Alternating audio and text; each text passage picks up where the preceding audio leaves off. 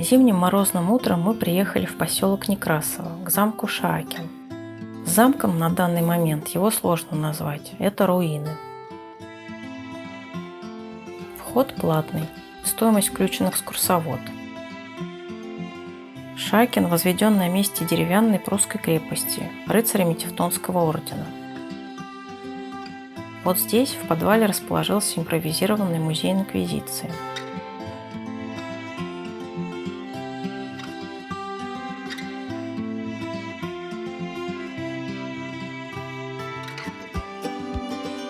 Это очень маленькое помещение, в котором просто не протолкнуться. Особенно, если вы попали на экскурсию вместе с автобусными туристами.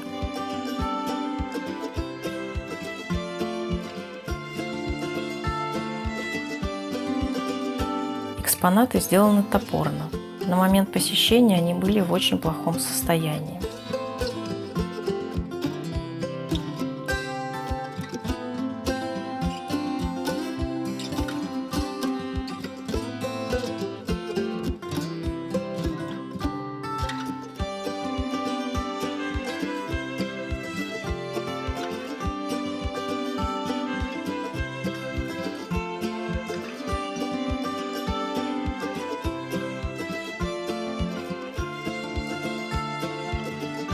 В этой части здания находится небольшая выставка-музей, отдаленно напоминающая магазин с антиквариатом и старыми вещами.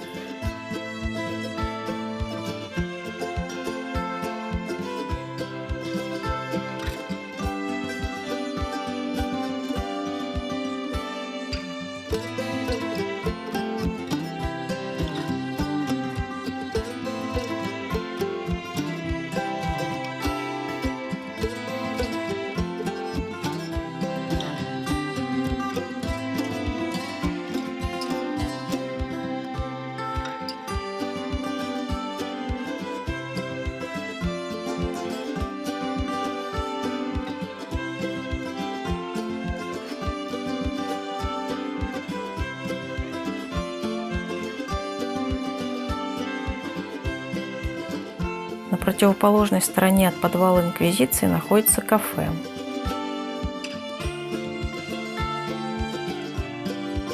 И еще одно интересное место.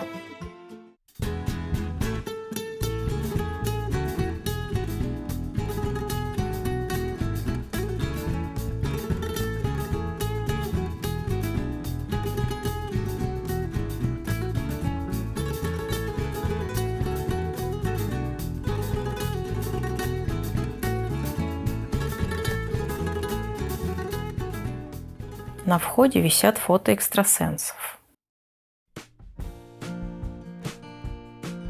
В подвале темнота. И вот это.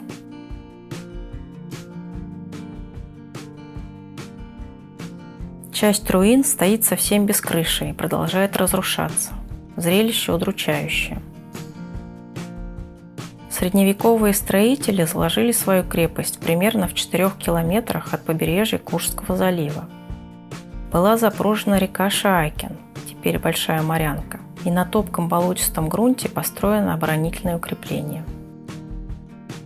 К 1270 году Шаакин обрел свой первый епископский деревянный замок.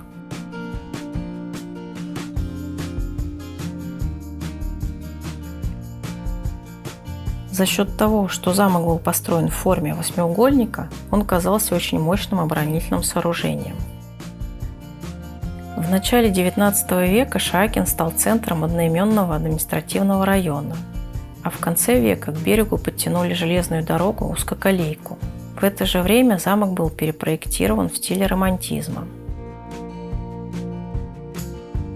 Замок нас разочаровал, и мы пошли посмотреть развалины старой кирхи неподалеку.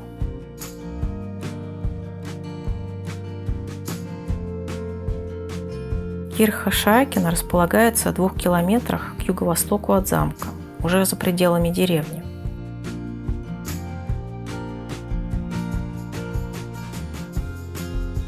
Приходская церковь была построена предположительно около 1350 года.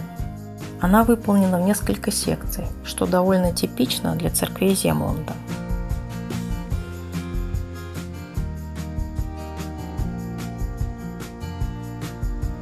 Древнейшая часть – треугольный хор третьей четверти XIV века с пологим потолком.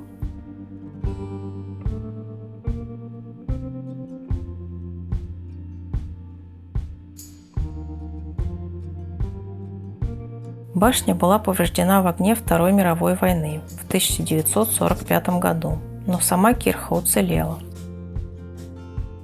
В послевоенные годы Шаакинская кирха превратилась в руины. Хотя внешние стены сохранились, рухнули своды и крыша. К сожалению, разрушение продолжается.